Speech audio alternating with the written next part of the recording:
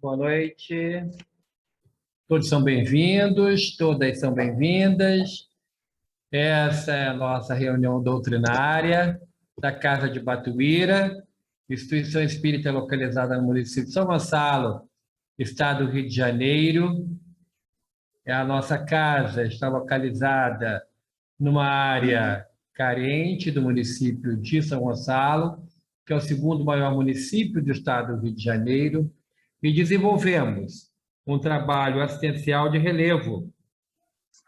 Hoje, a nossa facilitadora, uma trabalhadora da Casa de Batuíra, ela se chama Heloísa e é da família Moisés.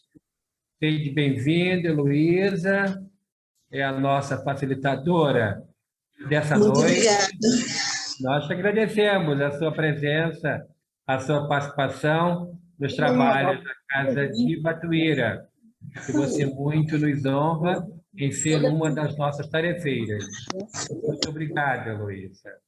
A nossa Heloísa terá 50 minutos para trazer a sua palavra. Ela vai nos trazer um assunto muito importante para todos nós, que não temos a mínima noção de como é o movimento espírita, o trabalho de uma casa espírita nos Estados Unidos. A nossa Heloísa é trabalhadora também de uma casa espírita na região de Washington. Vamos dar início aos trabalhos com a nossa Rose, fazendo a página inicial e a prece, por favor.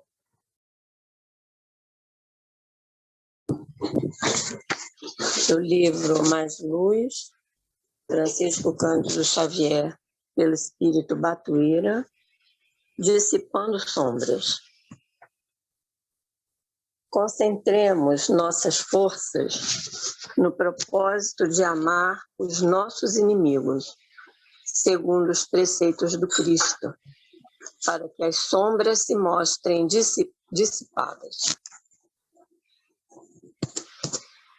Senhor Jesus, Mestre amado, mais uma noite, Senhor, dedicada ao estudo da nossa doutrina, mais uma noite reunidos em Teu nome para angariarmos, Senhor, conhecimento, paz, libertação.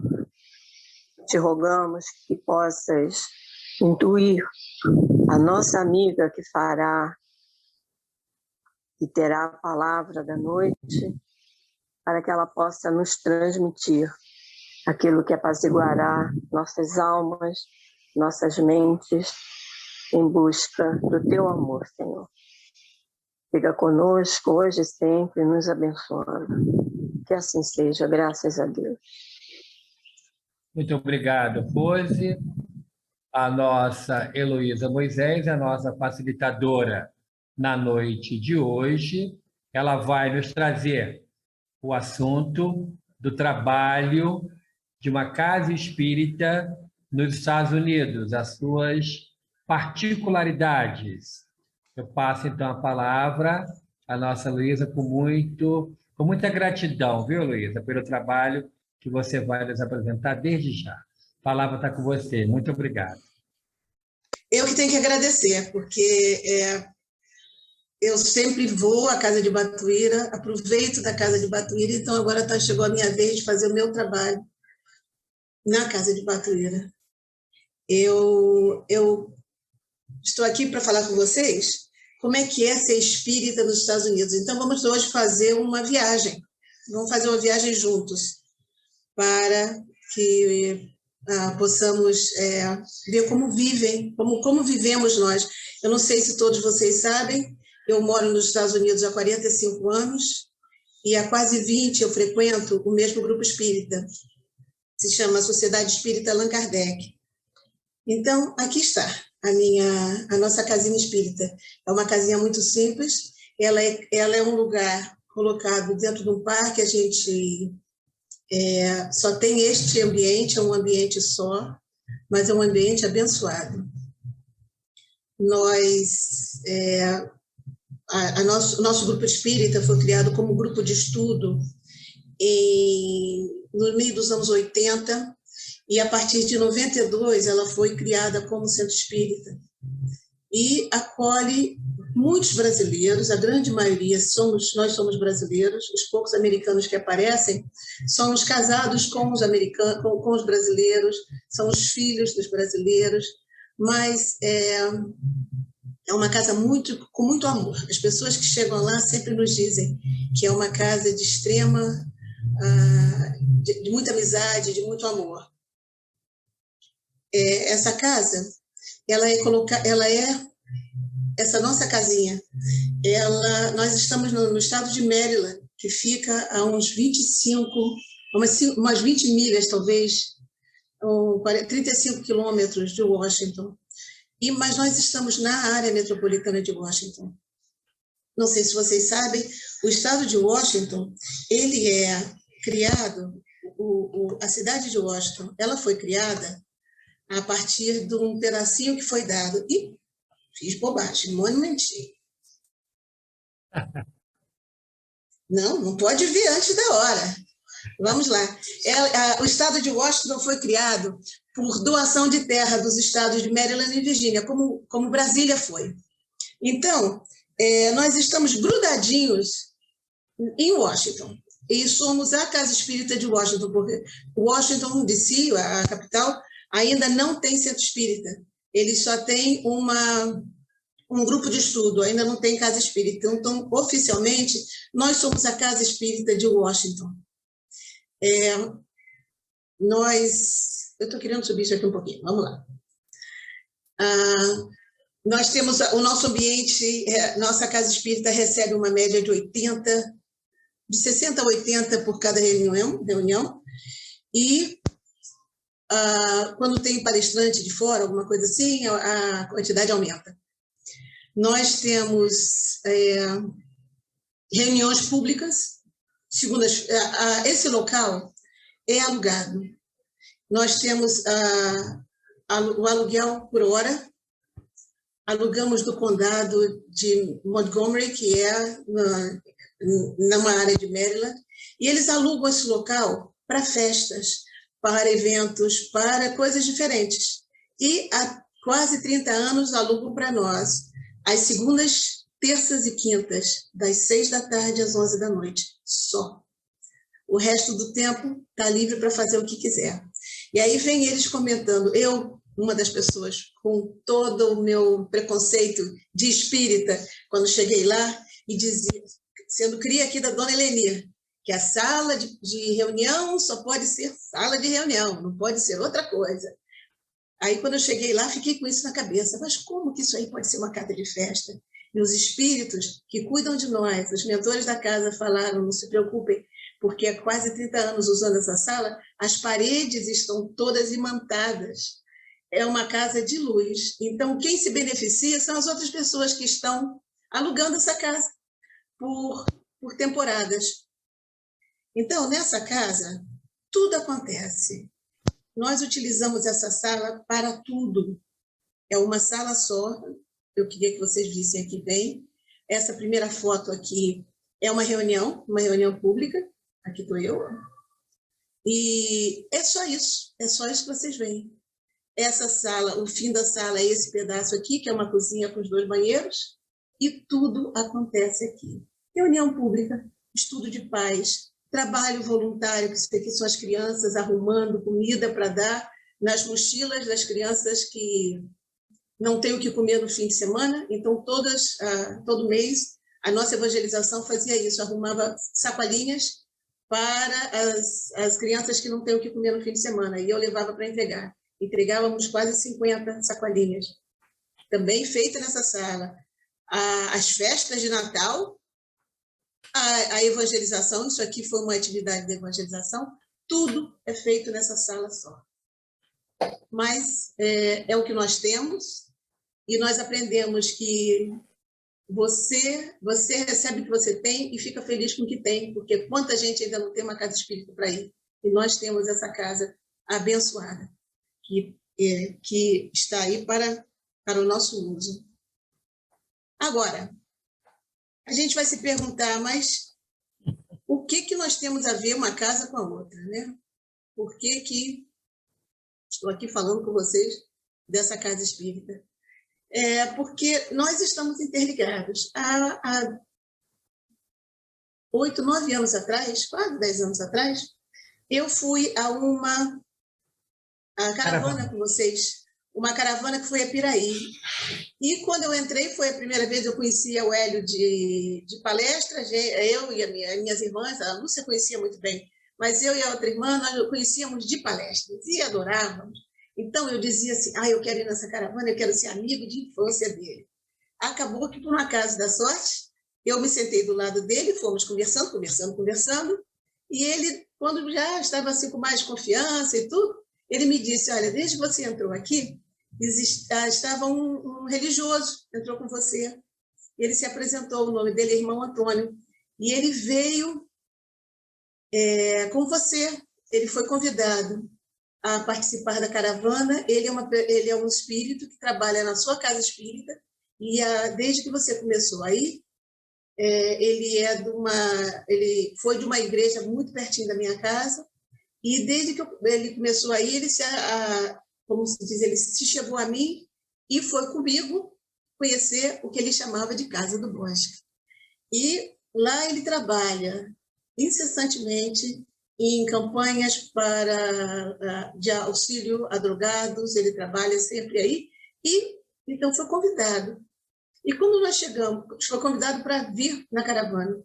E quando nós chegamos em Piraí, na Casa Espírita da Marilda, ele deu uma comunicação. Imagino que o Hélio já sabia que essa comunicação viria, mas ficou de bico calado. E a comunicação foi muito linda. E ele dizia que ele havia sido convidado pelo Dr. Bezerra de Menezes para fazer parte da nossa caravana e aprender o que era caridade em ação. Então, o irmão Antônio passou a trabalhar tanto na casa de Batuíra quanto na nossa casa, na Casa do Bosque, como ele se refere. Então, por isso nós estamos interligados, através não só de mim, mas através de muitos espíritos. Anos depois, ele trouxe um grupo de 43 estagiários, como ele chamou, para também aprender na Casa de Batuíra como se faz o trabalho, para poder levar para nós. Então, graças à espiritualidade amiga, olha só, as duas casas espíritas em 2 polos completamente diferentes, mas não tão diferentes assim, porque estamos ligados pelo coração.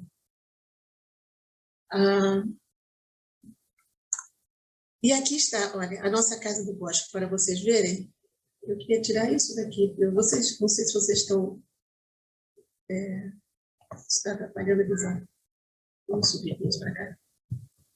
Então, essa é a nossa Casa do Bosque. Por isso que ele chama a Casa do Bosque. Vocês têm uma visão ali do lado, aqui. Mas olha só, essa é a entrada. Aqui é a rua. Temos que descer e olha tudo isso. Nós estamos ali, aquela coisa de pontinho ali, olha, somos nós. E é isso aí, nós temos essa maravilha. E eu não tenho vidência nenhuma, mas as pessoas que vêm, várias pessoas falaram, pessoas que não se conhecem, e comentaram a mesma coisa, que da nossa casinha do bosque, você sai uma ponte de luz que vai dar em Washington, vai cobrir a Casa Branca, aquele centro de Washington. E as palestras também são transmitidas para lá por alto-falantes.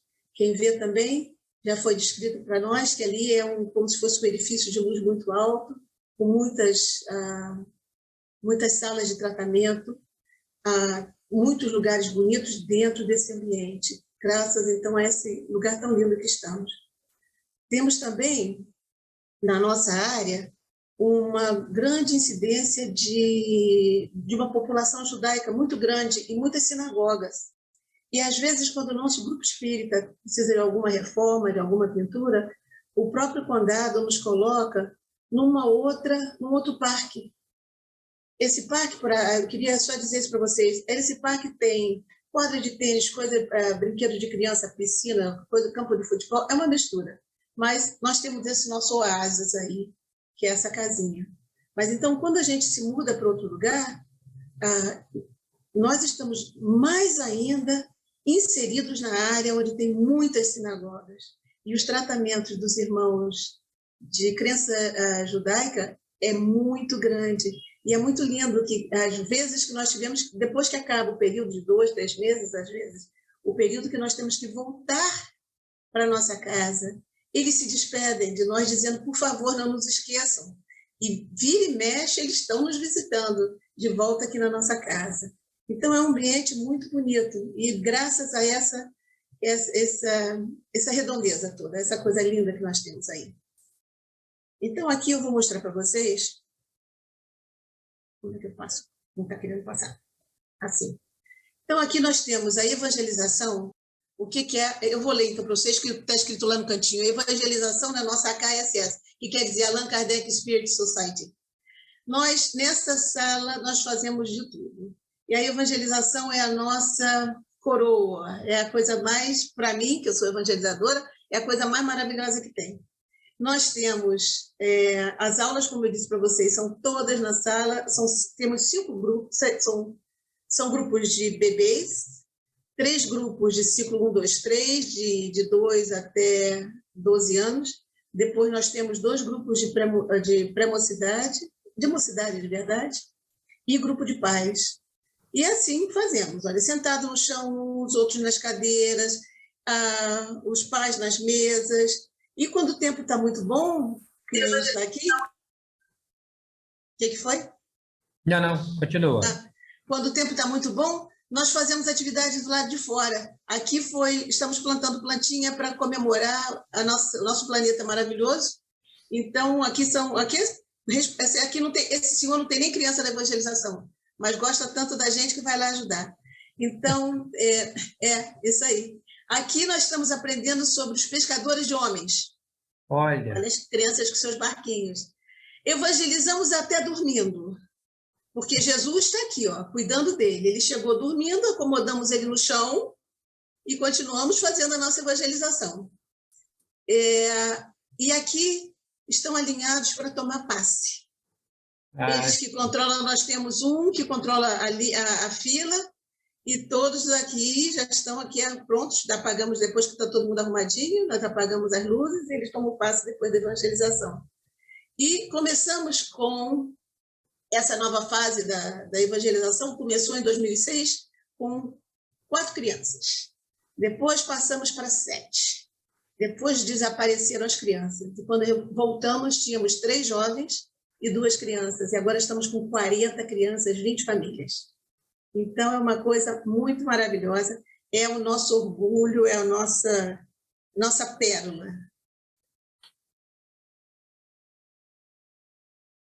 E temos, no nosso grupo espírita, nós temos grandes comemorações, temos a forma de levantar fundos, angariar fundos, que são os almoços beneficentes, e nós temos essas coisas maravilhosas que nos juntamos com os outros grupos de Maryland para fazer tipo uma colônia de férias que nós fazemos. E aqui nós temos todas as borboletas do mundo.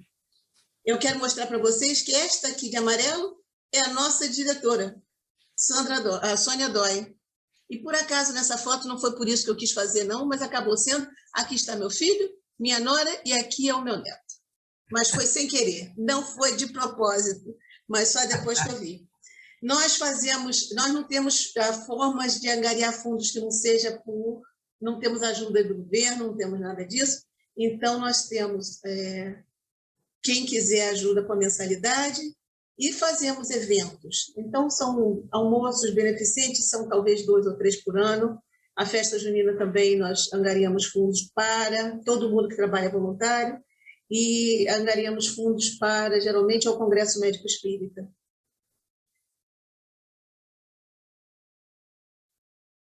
E eu coloquei isso aqui a pedido da nossa coordenadora da coordenação para contar para vocês que mesmo... não, faltou uma coisa. Vou voltar lá porque... Não. Vou voltar lá porque vale a pena. Isto aqui que vocês estão vendo é a nossa aula online, porque desde março do ano passado que estamos dando aula pelo Zoom. Isso aqui foi uma aula sobre super-heróis, porque nós fomos super-heróis quando conseguimos passar o ano todo da pandemia felizes e contentes e produtivos. Aqui a nossa coordenadora, Michelle Soto, e as crianças, cada um foi um super-herói diferente. Então, voltando lá, ela pediu para colocar isso para vocês, que o fato de que, por estarmos online, vamos voltar a ser presenciais, se Deus quiser, agora em janeiro, mas os jovens e as crianças que estão fora estão em lugares que não têm centro espírita, estão se juntando a nós. Então, nós tivemos gente do Texas, temos gente do Arizona, temos gente do Brasil, que temos alunos do Brasil, que por acaso falam inglês. Então, estamos atendendo essas crianças e depois que voltarem a ser presenciais, vamos continuar fazendo as atividades online para essas crianças, para que eles não percam. E uma outra coisa, o motivo por que nós fazemos a atividade, a evangelização em inglês, porque nós fomos orientados pelos mentores da casa, que já que estamos naquele país em que o idioma é o inglês, nós precisamos trazer o idioma para os espíritos que estão à nossa volta.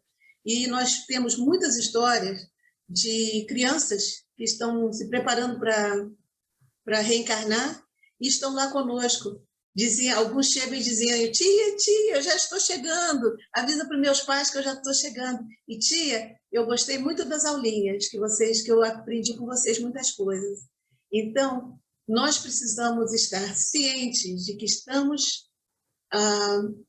preparando os nossos futuros trabalhadores, diretores, dirigentes dos centros espíritas do futuro. Então, o inglês é de início ao fim, nós não fazemos nada em português mais, e como nós, há muitos centros espíritas que não só evangelização, mas estão fazendo todas as suas atividades, estão fazendo em inglês. Nós ainda temos parte em português e parte em inglês. Nós temos um dia na semana que fazemos tudo em inglês e um dia que fazemos tudo em português. Uma coisa que eu me esqueci de falar lá atrás é que nós somos um grupo espírita fiel, mas muito fiel a Kardec. Nada que trazemos, tanto na evangelização quanto nas aulas, nos estudos, é Kardec do início ao fim. Então, nós temos o estudo do livro dos médiuns, o estudo do livro dos espíritos, o evangelho semanalmente. Nós vamos, quando chega no fim do evangelho, a gente volta lá para a introdução e começa tudo de novo. Estamos com grupos de estudo de André Luiz, mas o nosso grosso mesmo é Kardec. Acabamos de fazer o Céu e Inferno, estudo assim bem detalhado, levamos 2 anos fazendo, agora começamos novamente com o livro dos Espíritos. Então, nós somos um grupo espírita definitivamente com o pé lá dentro de Kardec. Nós não nos afastamos disso aí, não. Os dirigentes são muito firmes nisso, não nos deixam. E, para terminar aqui o nosso assunto de evangelização, queria mostrar para vocês que quando nasce Jesus é uma grande festa. E é uma grande festa, isso aí foi uma coisa lindíssima. Nós fizemos, claro, o texto do nascimento de Jesus, e como não podia faltar, nós tivemos o coelhinho de Natal, nós tivemos o cachorrinho de Natal, todas as ovelhinhas possíveis, e todos eles muito felizes. Aqui ainda tem um que ficou cortado, mas ele também era um cachorrinho, ou era um ursinho, uma coisa assim. Então, é uma alegria. Todo Natal nós fazemos alguma coisa, e nesse centro a nossa evangelização não podia ficar por menos. Agora, dentro dos Estados Unidos, nós temos a Federação Espírita dos Estados Unidos, e nós somos afiliados, e eles fazem muitas atividades. Esse período da pandemia, os treinamentos, os encontros foram todos feitos online, e aqui nós temos, então, o Encontro da Família, que foi feito nesse período de julho, de 10 a 11 de julho. Foram coisas presenciais, foi a primeira vez que as pessoas se encontraram em 1 ano e pouco. Então, fizeram uns grupos pequenos, dentro de cada centro espírita, quem optou por se encontrar, se encontrou lá de fora do centro. E o resto, e no dia seguinte, fizemos as coisas online. E tivemos um encontro de jovens, que foi uma maravilha. No fim de maio, e foi realmente uma maravilha, com tudo que se pode imaginar de bom e muitos jovens participando do mundo inteiro. Teve gente da Europa, teve gente do Brasil, e aqui são todos os trabalhadores. Uma das muitas telas dos trabalhadores espíritas se encontrando nesses trabalhos de estudo, de confraternização. Eu queria, então, dizer para você, falar mais um pouquinho da nossa federação, e é muito interessante, porque nós estamos felicíssimos. Eu hoje fiquei feliz de descobrir que nós estávamos com 96 centros, porque por um grande período foram 30, 40. Então, é até graça, porque se você parar para pensar que qualquer cidadezinha do Brasil tem mais do que 96 centros, o Rio de Janeiro, Niterói, São Gonçalo, tem mais do que 96 centros, fácil, fácil, fácil. Mas então nós já estamos conseguindo colocar centros espíritas em muitos lugares do país, inclusive no Havaí. E nós estamos aqui, olha, nós estamos aqui nesse quadradinho aqui perto de Virgínia.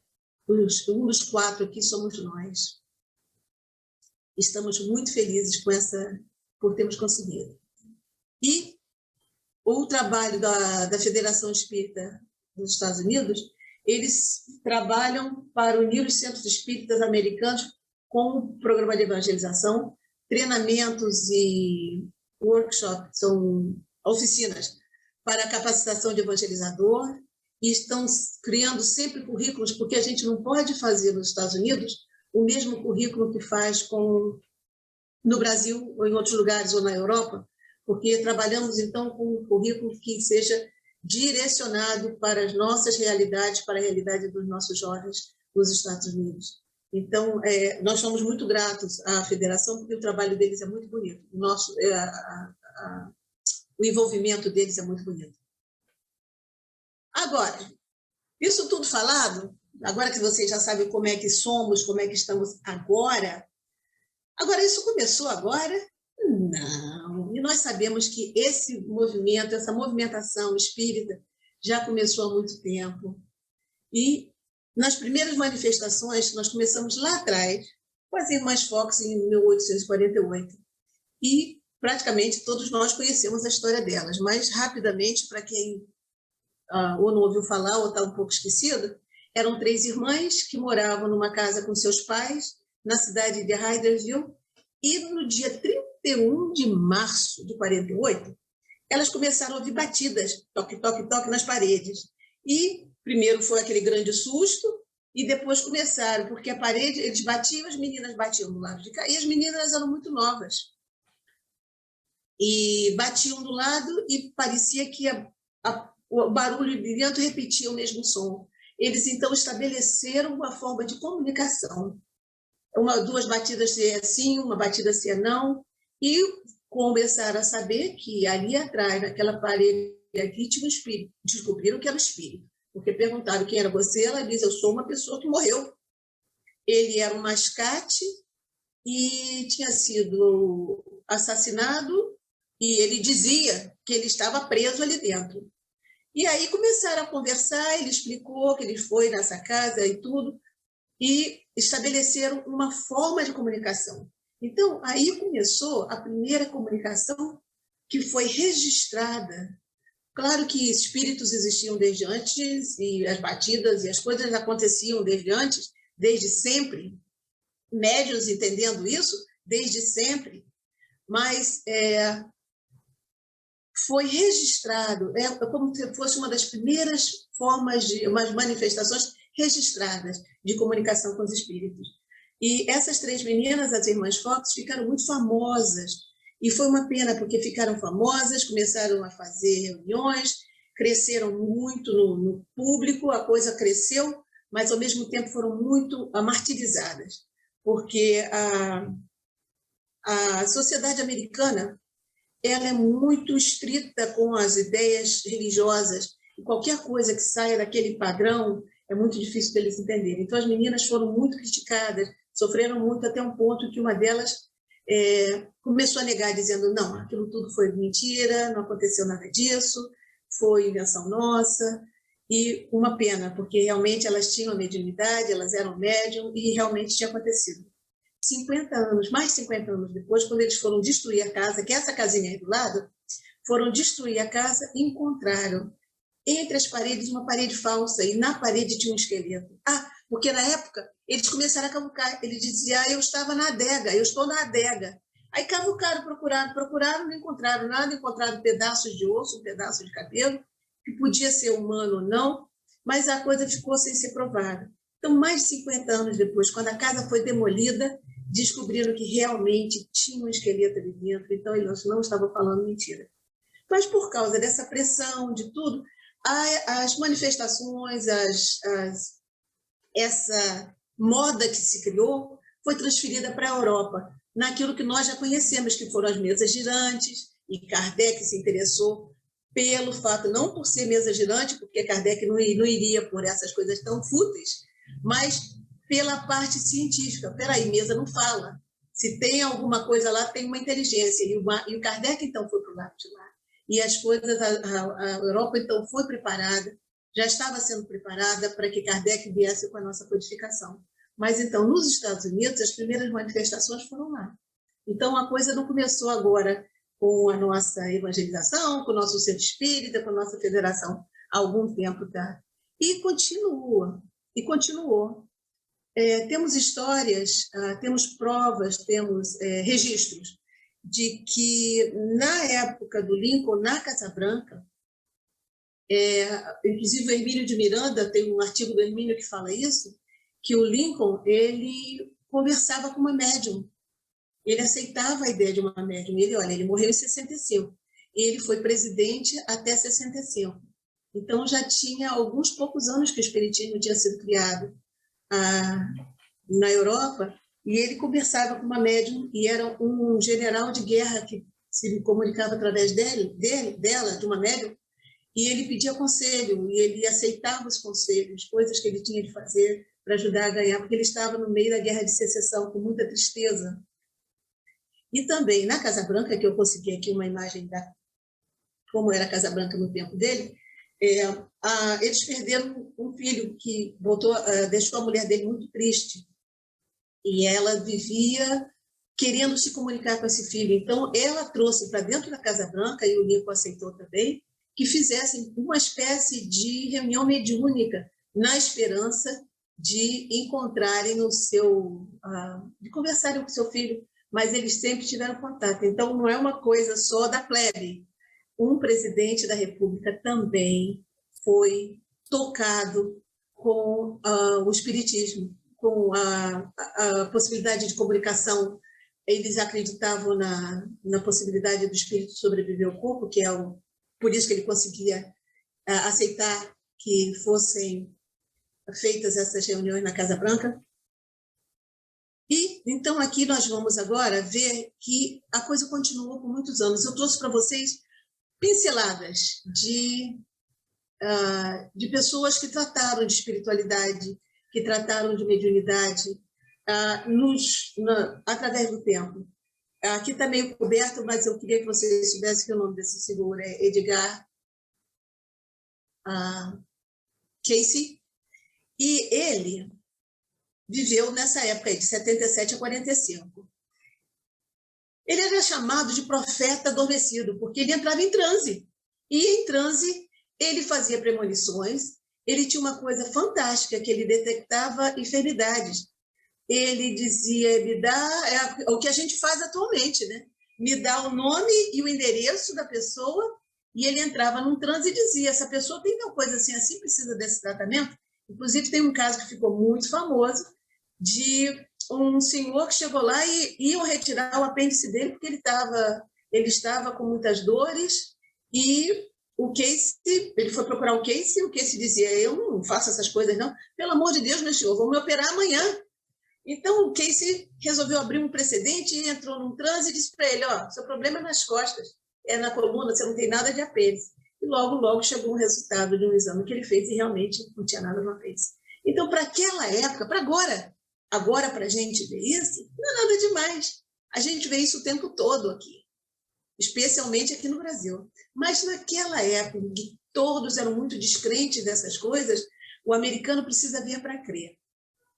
O americano ele é cético, ele não acredita, como eu disse, eles são muito ligados nas religiões que são muito quadradas, que têm os dogmas.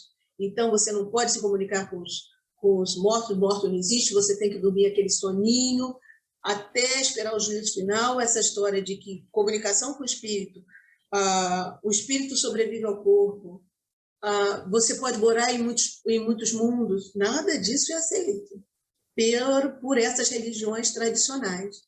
Então, qualquer um que aparecesse com essas ideias, eles estariam se batendo contra uma coisa muito forte, que são as igrejas. Então, no caso dele, essas premonições da Segunda Guerra Mundial, ele via aviões caindo, bombas estourando. Ele dizia que Japão, Itália e Alemanha iam ser...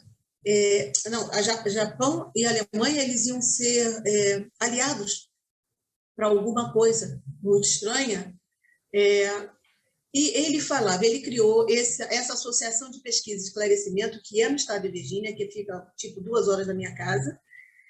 E naquela época, em 1931, ele criou esse local.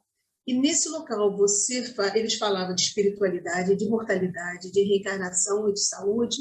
E até hoje, se você quiser saber algumas coisas, a gente pode pesquisar. Esse lugar ainda traz muita coisa, muita informação. Então, o Cayce foi um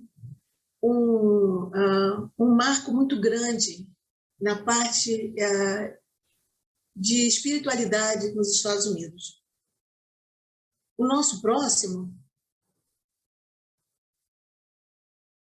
que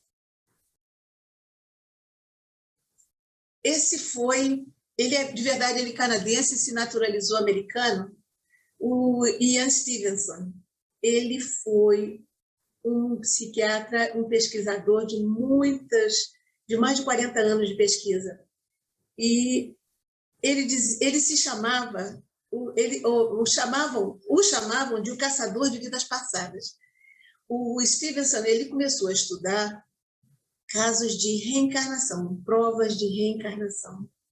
Ele começou a ver que, imagina, ele era professor, ele era pesquisador, e ficou trabalhando na universidade, além de muitos outros lugares. Ele terminou a vida dele como pesquisador da Universidade de Virgínia, que é uma universidade muito conceituada nos Estados Unidos, e estudando isso, ele recebeu o dinheiro de um milionário que deu para ele esse dinheiro, sabendo que ele ia fazer uma boa pesquisa. Então, ele começou a perceber que crianças se lembravam. E a gente sabe, isso tudo é para provar que tudo aquilo que os espíritos nos contaram vem sendo provado pela ciência. Porque nos Estados Unidos, o espiritismo vai entrar pela ciência, não vai entrar pela religião, não vai entrar por outro lado, vai ser sempre através da ciência. Então, ele descobriu, ele pesquisou esses casos na Índia, em Sri Lanka, em vários lugares da África, da Europa, como tem aí, porque aqui tem os casos europeus, e ele dizia isso, que criança se lembra, e tinha coisas específicas. Eu me lembro de que eu fui seu pai, uma criança dizia assim, quando eu fui seu pai, ou então eu morei naquela casa, eu fui casado com aquela mulher, e essas histórias a gente escuta muito. Então, ele tem esses livros, ele foi um pesquisador muito empenhado, muito reconhecido.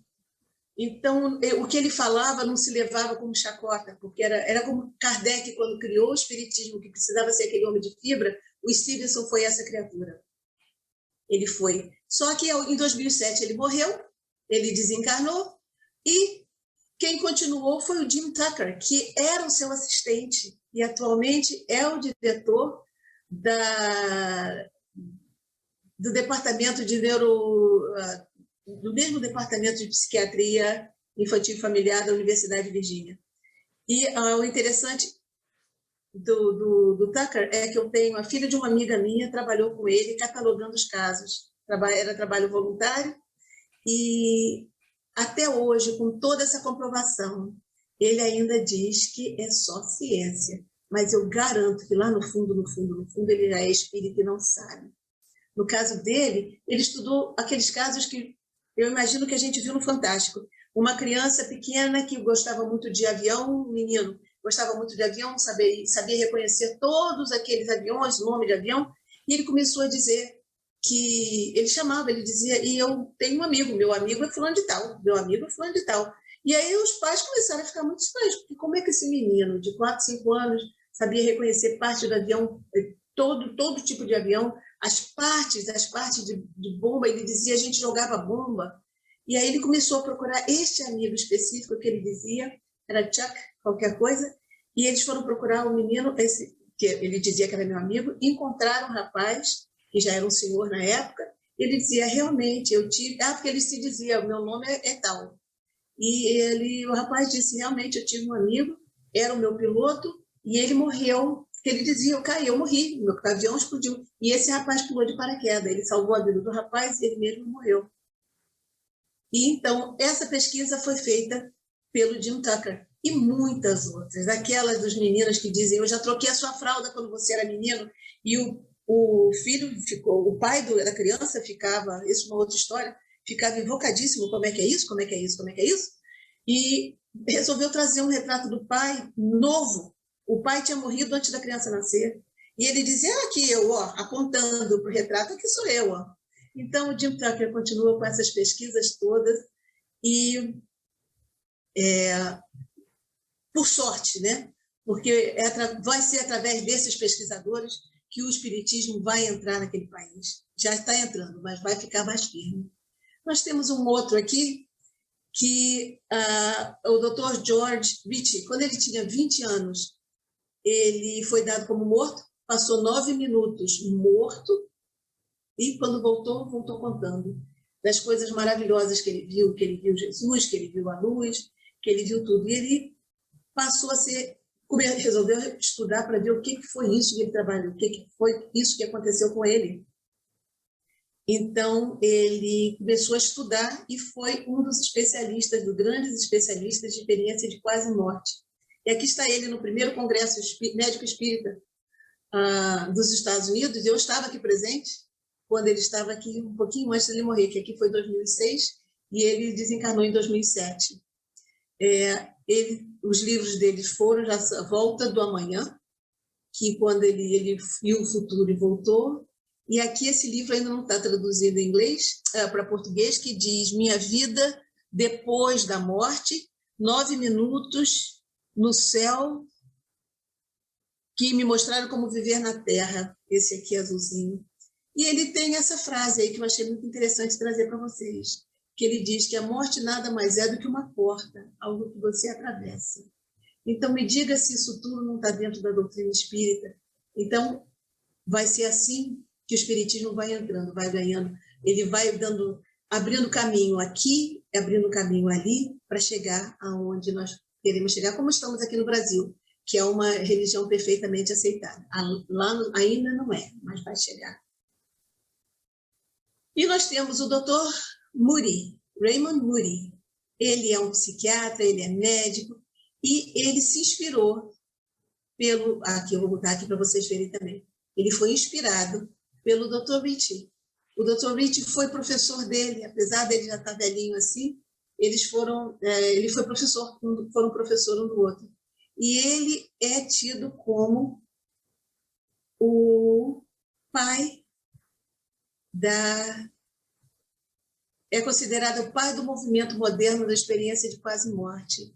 E ele tem todos esses livros, ele fala muito disso, e é uma bênção de tê-lo aqui. Ele falando do reencontro dos entes queridos que já se foram, ele fala da luz do além, dessa luz maravilhosa que existe, e ele fez um estudo muito interessante, com mais de 150 pessoas que sofreram de morte clínica. Ele concluiu que essas pessoas que passaram por experiência de quase morte, elas tinham coisas muito incomuns. Esse tal desse ouvir um zumbido no ouvido. Desculpa, eu vou ter que ler, porque a coisa vale a pena. Um sentimento de paz e ausência de dor, não importa a forma com que eles estavam desencarnando, que eles estavam se sentindo que estavam morrendo, mas então é uma sensação de paz e ausência de dor. Eles terem aquela experiência fora do corpo, verem seu corpo na cama, eles estarem de cima ou estarem numa janela, sentir-se viajar dentro de um túnel, sentir que subiram pelos céus, ver pessoas, principalmente familiares já falecidos, encontrar seres espirituais identificados como sendo Deus ou anjos, nós vamos ver isso um pouquinho mais adiante, de seres que eles... A nossa... como se diz? O nosso vocabulário é muito curto para explicar como eles veem, né? E depois disso eles têm uma revisão do curso da própria vida, e eles sentem uma relutância de querer voltar para a vida, mas voltar eles precisam, porque é uma forma de continuar o seu caminho e cumprir as coisas que eles precisam cumprir. E esse último é bem conhecido também, vou tirar daqui para vocês verem o nome dele, se chama Dr. Eben Alexander. Ele foi um caso muito interessante. Primeiro, ele virou capa de revista, e essa é uma revista conceituada, em outubro de 2012.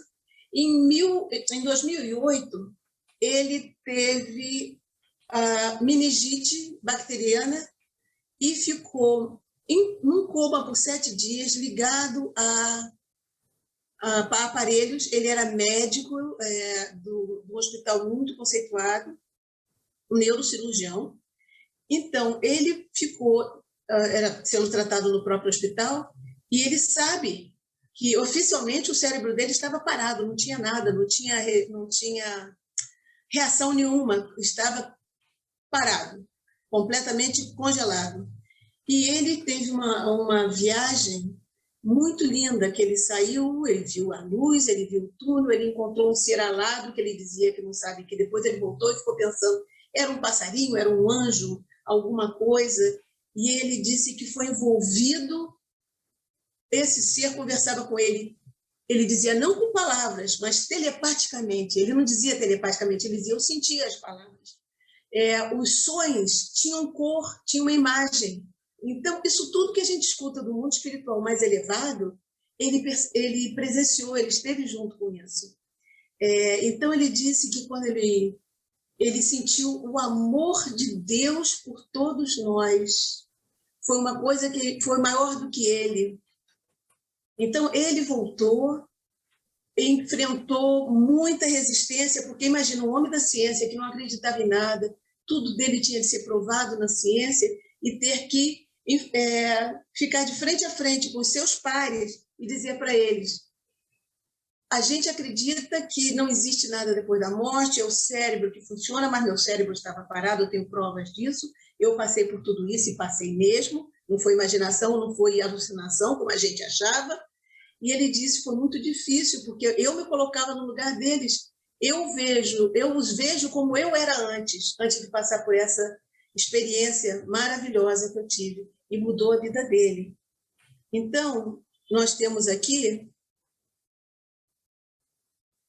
coisas que ele dizia, que depois dessa experiência, eu achei isso muito interessante, trouxe para vocês. Ele disse que o universo, como eu experimentei em meu coma, e eu pude ver o choque e a alegria.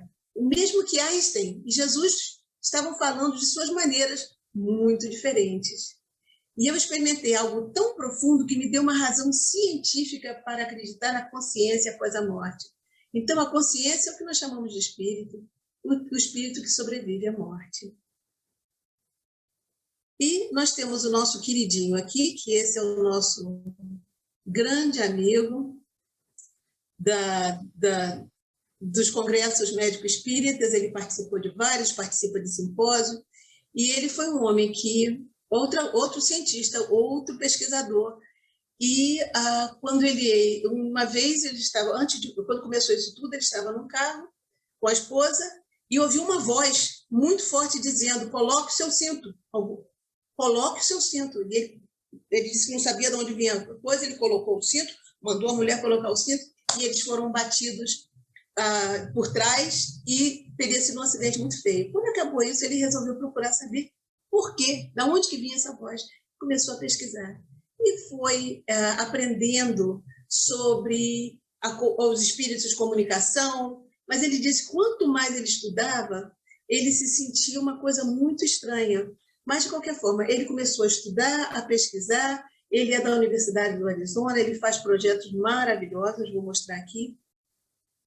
E ele foi o consultor desse seriado Medium,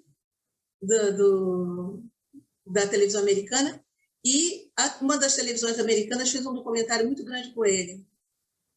E eu que trouxe para vocês, porque ele dizia, eu estava no congresso quando ele falou isso.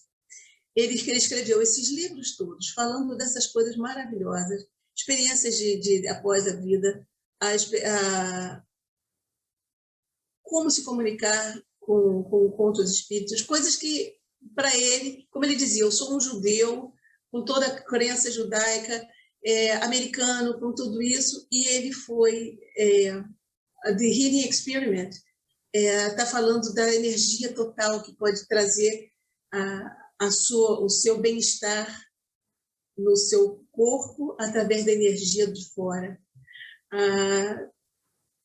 A grande aliança é aquele contato com que você faz com o mundo espiritual. Ele também tem livros que falam sobre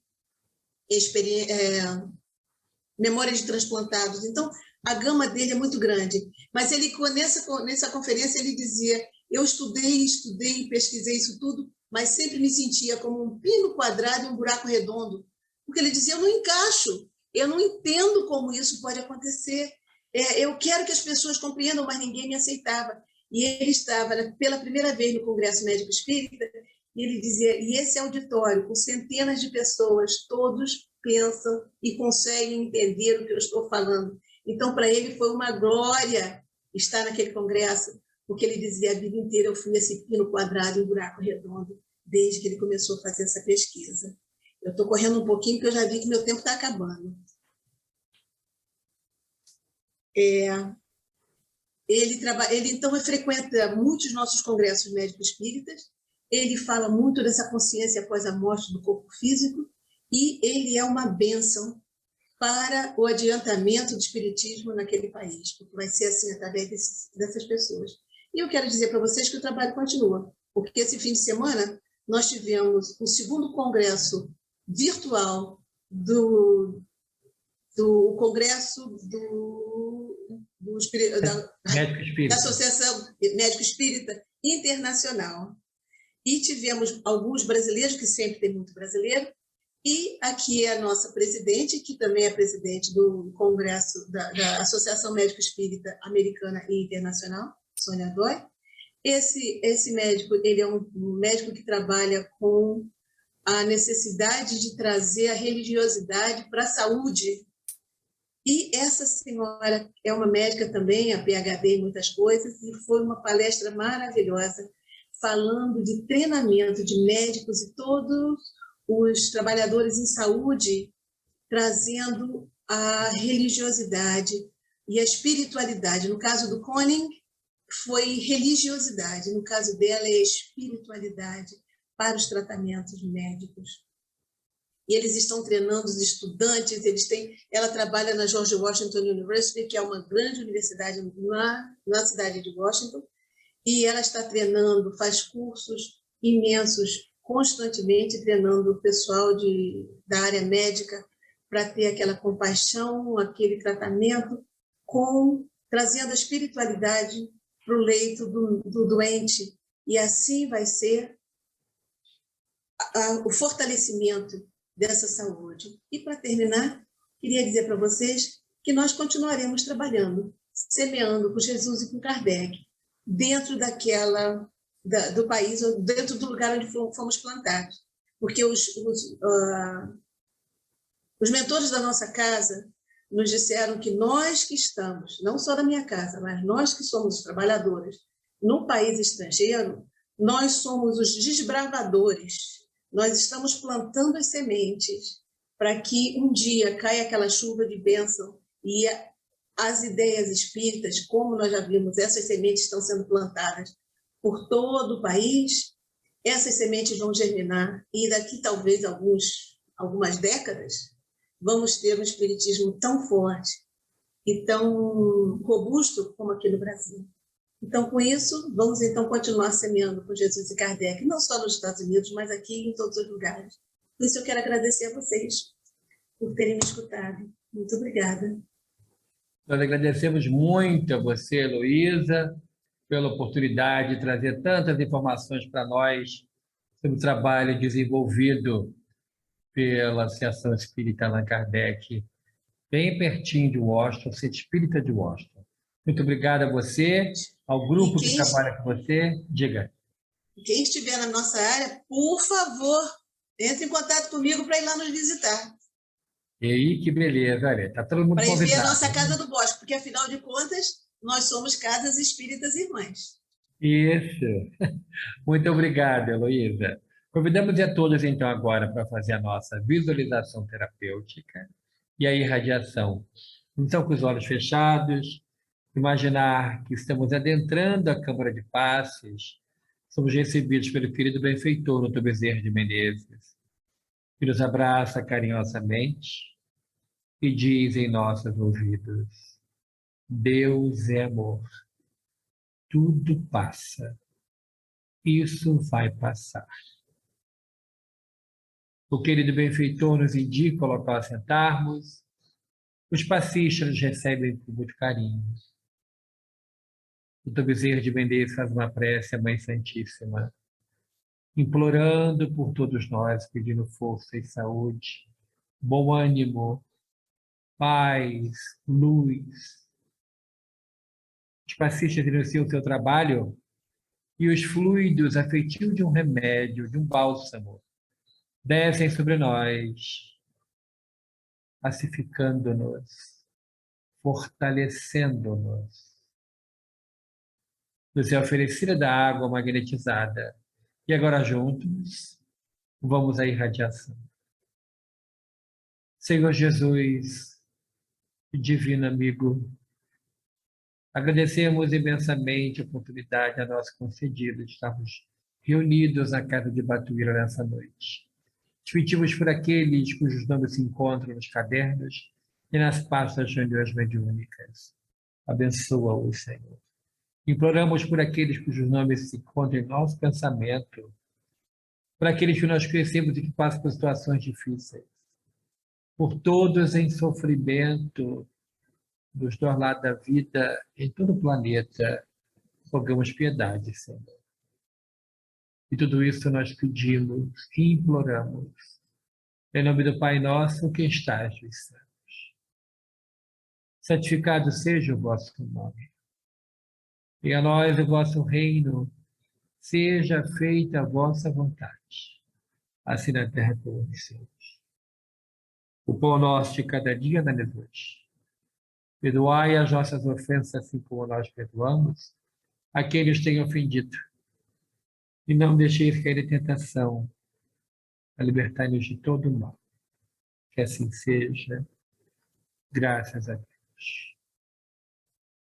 Mais uma vez agradecemos a nossa querida Heloísa pela exposição da noite. Agradecemos a sua presença entre nós. Que Deus nos abençoe abundantemente. Fiquem todos com Deus. Muito obrigado.